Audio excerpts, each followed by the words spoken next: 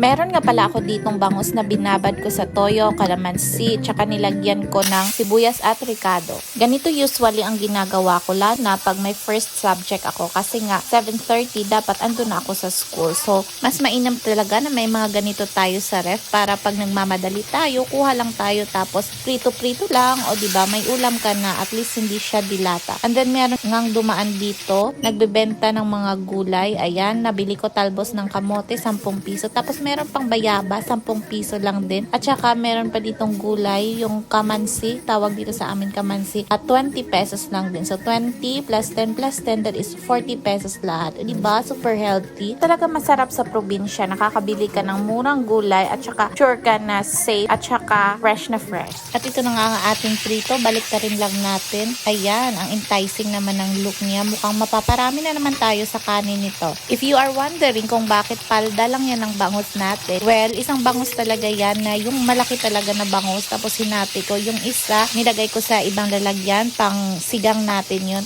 O, diba? Budgeting 101 with Mommy Z.